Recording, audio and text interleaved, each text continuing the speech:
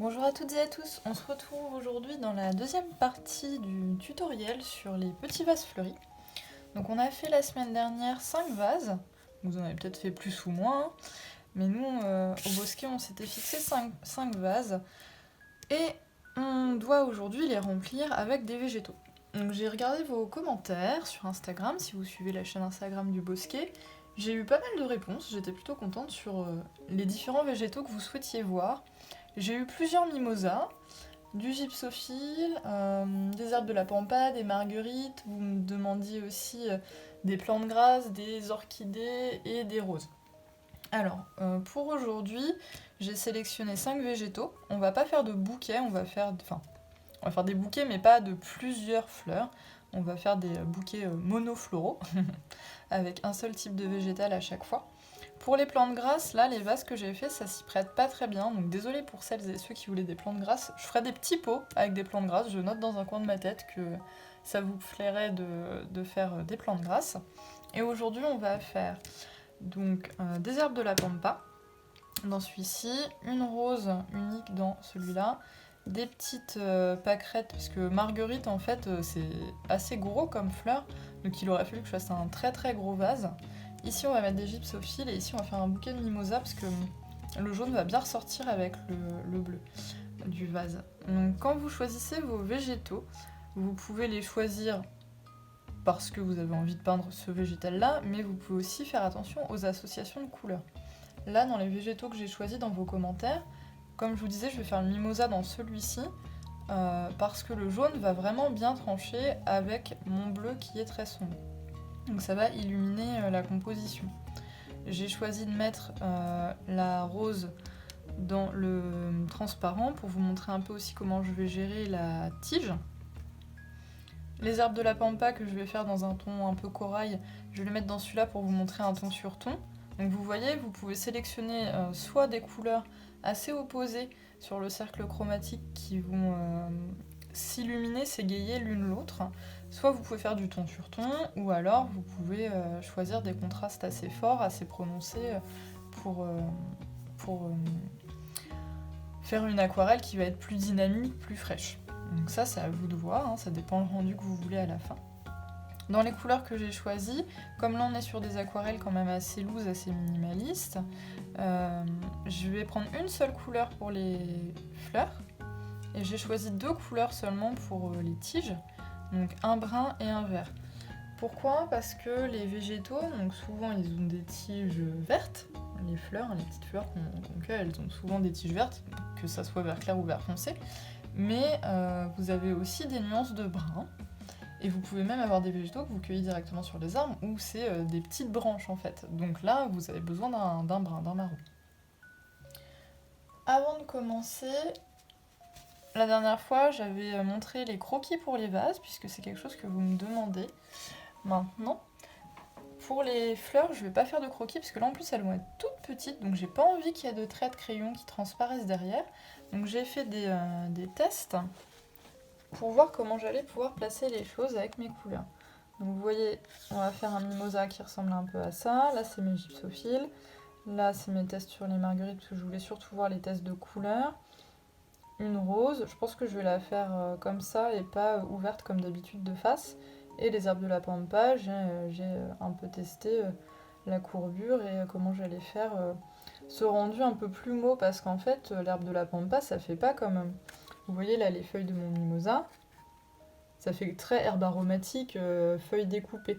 Que sur l'herbe de la pampa, en fait, ça fait vraiment plus comme un plumeau avec des petits points aussi à l'intérieur. Donc on ne peut pas juste faire des petits traits. Donc je vous encourage à tester sur un autre support, sur un autre papier ou un carnet comme moi, vos végétaux avant de les faire dans vos vases, parce qu'une fois que ça sera dans les vases, bah, vous ne pourrez pas modifier. Si vous vous trompez, c'est tant pis. Donc là, moi je vais sélectionner ces 5 là, j'ai fait mes essais en amont et on va pouvoir se lancer. Comme on fait pas de croquis et qu'on se lance tout de suite, il va falloir réfléchir au placement avant de peindre, quand même, parce que quand vous faites un croquis, bah, vous gommez, si ça se place pas correctement, vous pouvez reprendre, vous pouvez gommer, replacer vos éléments. Là, comme on va y aller directement, une fois que l'élément il sera peint voilà, c'est fini. Après, si ça vous plaît pas, il faut recommencer la peinture du début. Donc il faut essayer d'anticiper les placements. On va aller de gauche à droite, parce que comme je suis droitière, ça évitera que je mette de la peinture partout. Donc on va commencer par le ton sur ton en herbe de la pampa. Donc je vais le faire uniquement en doux corail. C'est une couleur de Manon du Pigmentarium. Je vais en faire plusieurs, parce que c'est un gros vase quand même, donc je vais pas faire une seule branche. Et j'aimerais que ça soit assez touffu et assez haut, cette composition-là. Donc je vais déjà réfléchir à ma hauteur, je vais pas aller jusqu'en haut de la feuille, parce que ça serait disproportionné. Il faut imaginer qu'il faut que ça ait l'air de pouvoir tenir dans le vase. Donc mon vase il fait cette hauteur-là, je peux pas mettre un végétaux qui est plus de 2 fois plus haut que le vase, sinon ça tiendrait pas dans la réalité. Donc ça veut dire que je peux pas dépasser, vous voyez je reporte, je peux pas dépasser cette hauteur-là environ de hauteur de végétaux.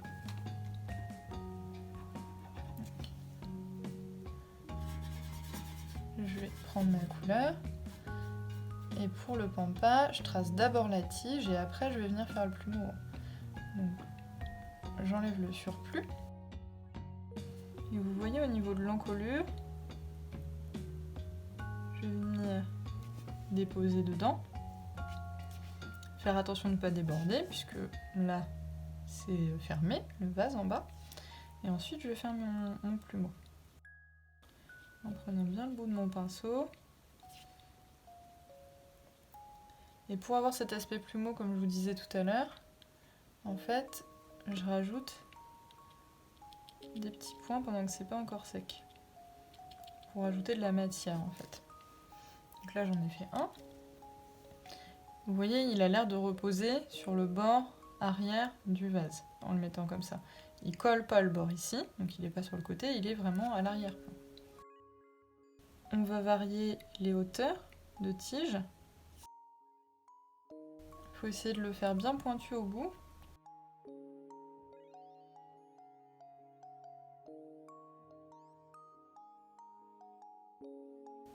Et donc vous pouvez en faire des droits, vous pouvez en faire des qui vont être plus tombants.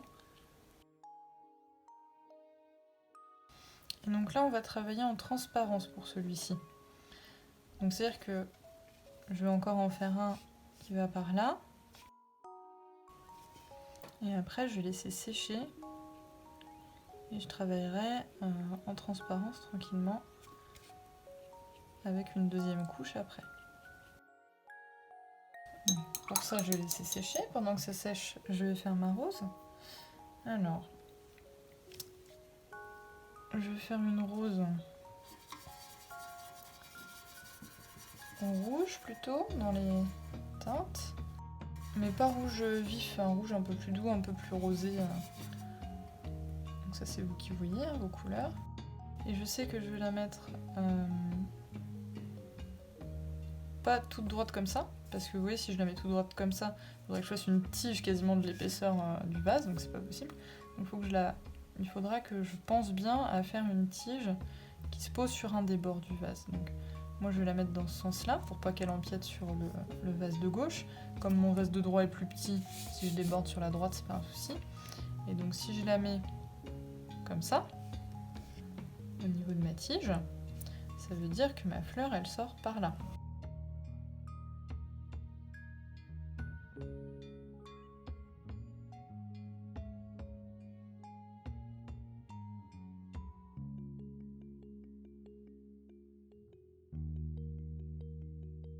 Vous vous souvenez, ce verre-là, on a dit qu'il allait être transparent. Alors il faut pas oublier que normalement on met de l'eau dans un vase pour que les plantes survivent. Et donc ça va tordre en fait la tige, elle va pas être bien droite visuellement. Dans la vie en vrai elle est droite, mais quand vous regardez à travers un verre qui est bombé, ça va distordre l'image, ça va la modifier. Donc là, c'est-à-dire que je peux pas faire un trait tout droit comme ça, il va falloir que je courbe légèrement ma tige. De même, là elle est hors de l'eau, donc il n'y a pas de matière qui bloque ma vision, je la vois de ce verre-là. Il va falloir que je modifie un peu la couleur dans l'eau. Donc ça va passer par avoir une couleur légèrement plus claire. Donc il faut que je dilue un peu mon verre. s'il est trop dilué, c'est pas grave, je pourrais le renforcer sans souci après. Donc, vous voyez là, j'applique une légère courbure à ma tige. Et elle dépasse un peu. Pour toucher le fond, elle dépasse la courbure extérieure qui est vers l'arrière du vase. J'essaie de laisser un petit endroit là où il n'y a pas de verre vraiment, pour qu'il y ait quand même la démarcation de l'épaisseur qui est en haut du vase. On va lui rajouter des feuilles parce qu'elle a l'air un peu toute nue, cette pauvre petite rose là. Donc pareil, je fais les feuilles à l'extérieur du vase sombres. Et si la tige de l'insert des feuilles plonge dans l'eau, ce sera un peu plus clair.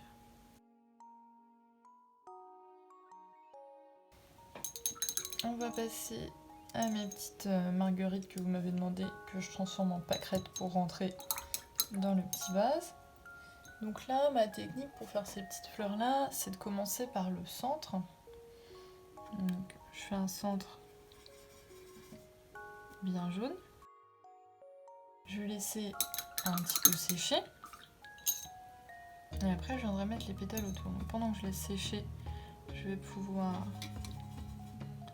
m'occuper de mon gypsophile.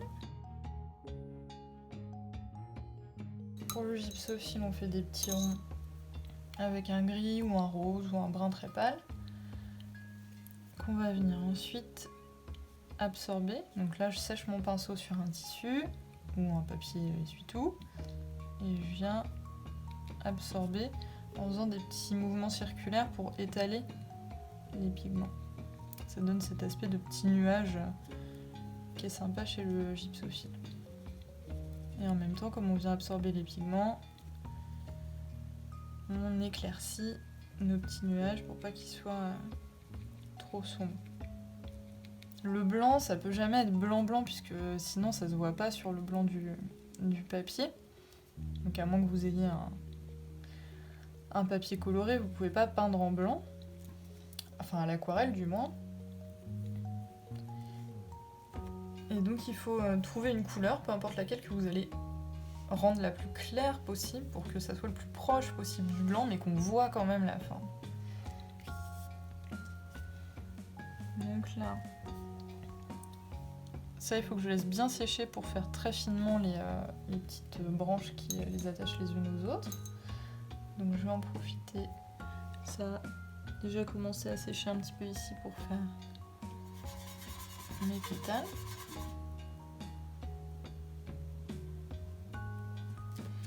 Alors là, je vais bien tourner la feuille. Je vous l'ai déjà dit plusieurs fois dans les tutos, faut pas hésiter à tourner sa feuille pour avoir un angle pratique. Donc on va juste faire la forme des pétales avec un rose poudré.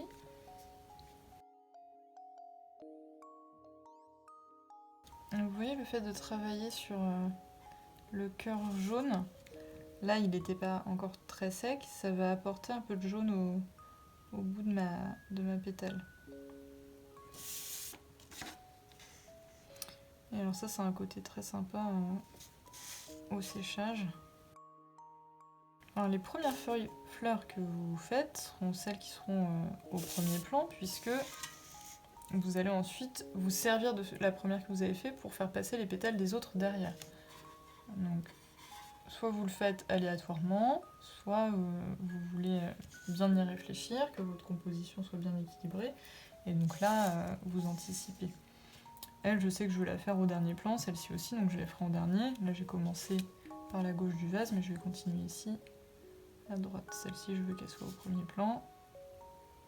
Je vais la faire avant les autres. Vous voyez, je tourne autour de ma fleur en m'appuyant sur la pétale que j'ai fait avant pour qu'il y ait le moins de creux possible entre les pétales. Parce que les marguerites, les pâquerettes, ces petites fleurs-là, elles ont souvent beaucoup de pétales. D'ailleurs, on les compte pour savoir si on est amoureux ou pas quand on est petit. Et elles sont très serrées en fait les pétales. Donc pour éviter qu'il y ait des trous et d'en oublier entre guillemets une, je choisis un sens et je tourne autour de mon cœur. Et vous voyez là, je vais faire vraiment que les tours des pétales. Je vais laisser l'intérieur blanc. Vous voyez là, j'ai une pétale, donc je vais passer dessous puisqu'elle va derrière. Pour celle-ci, c'est un peu plus long, hein. Il faut être un peu patient si vous faites un bouquet avec plusieurs pâquerettes. Mais ça vaut le coup, ça donne un aspect très graphique après, qui est assez intéressant. Vous voyez, il faut faire attention à la taille, comme ma couronne de pétales, elle fait ce diamètre-là en fait. Ici, il faut que je dépasse aussi, pour que ça soit cohérent. Ok, on va pouvoir faire celle de l'arrière-plan maintenant. On essaie de faire des pétales bien pointus. Je vous invite à vraiment prendre le temps de regarder les fleurs, qu'elles soient fraîches ou en photo dans des livres ou sur internet, pour vous donner une vraie idée de la forme des pétales, de la couleur des cœurs. Parce que c'est pareil, là je fais un cœur jaune, parce que je sais que les pâquerettes elles ont un cœur très jaune, mais vous avez des fleurs, le cœur en fait il est plutôt brun. Il n'est pas jaune, il est plus proche du marron. Et si vous voulez qu'on reconnaisse la fleur, il faut faire attention à ces petits détails-là. Voilà. J'aime beaucoup celui-là. Le petit violet, là, je pense que ça va être mon préféré. Donc, on va continuer avec le gypsophile. Donc, pour le gypsophile, je vous ai dit qu'il fallait que je fasse les petits branchages une fois que c'était bien sec. Je vais prendre un pinceau traceur très très fin pour pouvoir attacher entre mes différents petits nuages. Alors, il faut que votre peinture soit quand même assez humide parce que sinon ça fait des traînées. Mais il faut faire attention à ce que, à ce que votre pinceau soit pas trop chargé, qu'il soit bien essoré. Alors, vous vous rappelez ce que j'avais dit par rapport au bord dans la vidéo précédente? Là, je peux me permettre d'avoir fait le bord derrière puisque ma tige étant sombre, bah, elle va passer devant le bleu tranquillement et au séchage, il n'y aura pas de problème de cohérence de dire bah mince, on voit le bleu à travers le branchage. Les branches sont transparentes, qu'est-ce qui se passe? Là, on est tranquille, quoi. C'est rigolo, on croirait des petites grappes de... C'est des petites grappes de coton. Donc là, pareillement, il faudra que je remplisse, puisque on a l'impression que le vase, l'intérieur est blanc. Moi, je veux qu'il soit bleu, donc je le remplirai avec du menthe glacial quand ça sera bien sec. Je vais faire aussi les tiges de mes petites pâquerettes. Et ce vase est en verre. Du coup, on voit l'arrière-plan semi-transparent. Donc j'ai 6 fleurs, donc c'est-à-dire que je dois avoir 6 tiges, un peu distordues par l'eau. Vous voyez, elles sont plus claires qu'au-dessus et elles sont un peu tordues puisque l'eau distord les formes. Ok, le mimosa maintenant. Donc le mimosa, des petites boules comme ça, jaunes. Je vais le faire très loose. J'aime beaucoup cette fleur, j'en fais sécher des branches en fait et j'en ai dans ma cuisine, dans des casseroles en cuivre. Ça décore super bien et ça sent super bon. Alors, on va faire un verre un peu plus clair puisque les mimosas, leurs tiges sont dans un verre assez tendre. Et on va leur faire aussi des petites feuilles caractéristiques. Voilà. Alors faites bien attention à bien aller jusqu'au bord inférieur de l'ouverture de votre vase. Là vous voyez ma tige centrale, elle ne va pas jusqu'au bord et du coup j'ai l'impression qu'elle est coupée et qu'elle flotte dans le vase. Ça va pas du tout. Et comme pour celui-ci, il faudra que je rajoute un peu de bleu à l'intérieur. Je vais aller faire ma deuxième couche de pampa. Parce que là, ça doit être bien bien sec.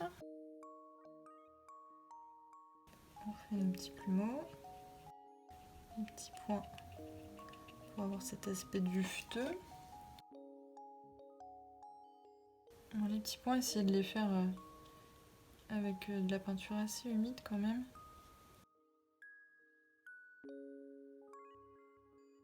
Je vais tricher parce que là j'avais un vide, donc je mets une tige.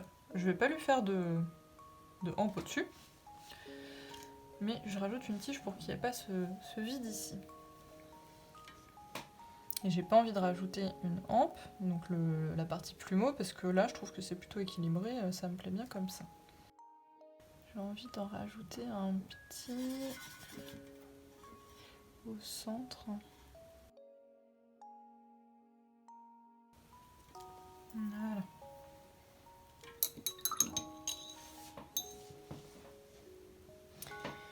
Et donc, qu'est-ce qu'il nous restait à faire? Au niveau des végétaux, je pense que moi je suis plutôt satisfaite là. J'ai pas envie d'en rajouter. Je vais vous approcher un peu. Je vais vous faire une mise au point. Donc, vous voyez, là on a un bouquet un peu dans une même gamme de teintes que corail par rapport au vasquet rose, donc ça ressort quand même un petit peu. Assez fourni. Un soliflore. Un petit bouquet champêtre avec des petites pâquerettes. Quelque chose de plus, je trouve que ça fait un peu japonisant presque. Il aurait fallu qu'il soit peut-être un peu plus long pour avoir vraiment l'esprit Japon. Mais ça fait très élégant, épuré, comme on peut voir dans l'ikebana, qui est l'art floral japonais. Mais il aurait fallu que ma hampe soit un peu plus longue.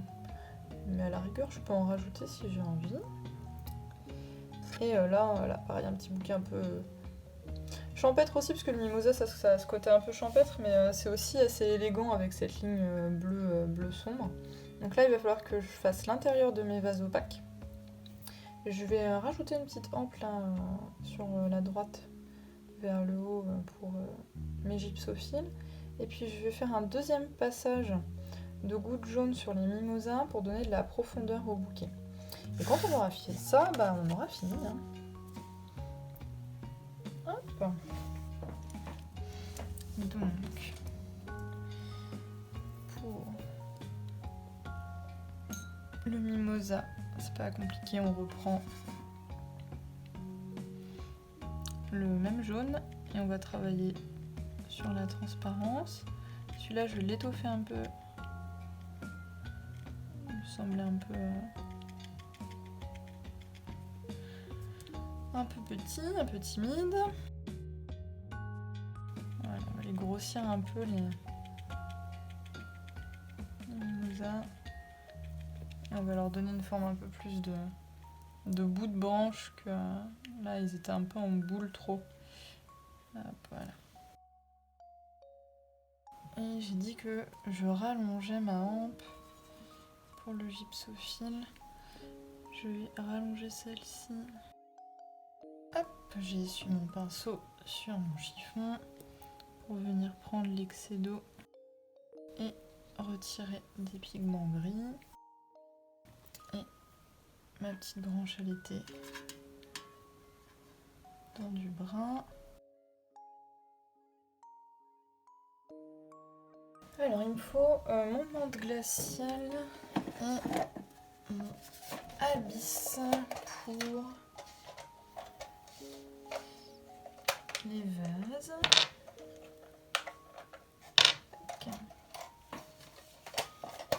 Vous voyez, j'ai mes palettes qui sont juste au-dessus en fait dans mon bureau. C'est bien pratique quand j'ai oublié de sortir une ou deux couleurs, c'est juste à côté, c'est à portée de main. Donc, la petite pipette pour les humidifier. Et là on va travailler en finesse. Je prends pas mon traceur parce que j'ai quand même des zones assez larges à recouvrir. Je prends mon petit Léonard numéro 1 et je vais venir tranquillement remplir remplir les endroits qui devraient être colorés. Faut travailler doucement parce que je veux pas que les pigments de mes branches partent dans l'eau. Donc faut pas que je travaille dans quelque chose de trop humide. Vous voyez, il va falloir que j'enlève rapidement de l'eau, sinon je vais avoir des soucis. Par contre, je veux quand même que ça prenne bien la couleur. Je vais venir faire des couches successives, tout doucement autour des branchages.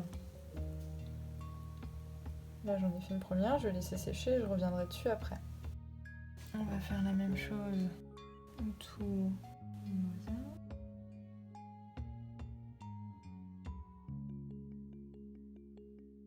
Mes branches se sont un peu floutées pour le gypsophile, donc je vais bien tout sécher avec mon sèche-cheveux parce que je suis pas patiente.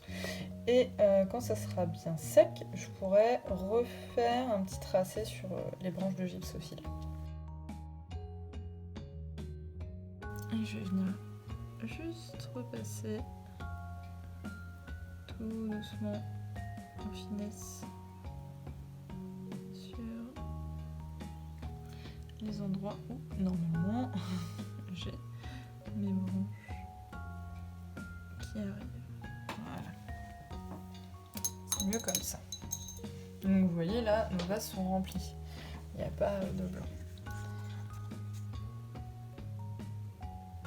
Donc voilà nos 5 petits vases terminés avec 5 styles très différents. Donc les points à retenir, ça va être de faire attention aux harmonies de couleurs, au nombre de tiges en fonction du nombre de fleurs que vous avez, tout en vous disant que vous voyez là j'ai rajouté une tige toute seule sans plumeau pour le pampa parce que j'avais un gros blanc qui me gênait mais que j'avais pas envie de modifier la hauteur de ma composition. C'est possible aussi quand vous avez des gros bouquets bien touffus, ça fonctionne. L'œil en fait va pas forcément le remarquer. On peut faire des choses dans des tons proches, on peut faire des choses très contrastantes en fonction du style qu'on veut obtenir. Et ne pas oublier aussi qu'effectivement quand la tige rentre dans le vase, en fonction de l'opacité du verre, il va falloir changer la couleur et distordre un petit peu cette tige qui peut pas être toute droite vu le bombé du vase. Hein, pareillement ici pour les petites pâquerettes. J'espère que vous êtes contents que j'ai pu sélectionner quand même quasiment tous les végétaux que vous aviez proposés sur Instagram. J'espère que le tutoriel, cette partie 2 vous aura plu.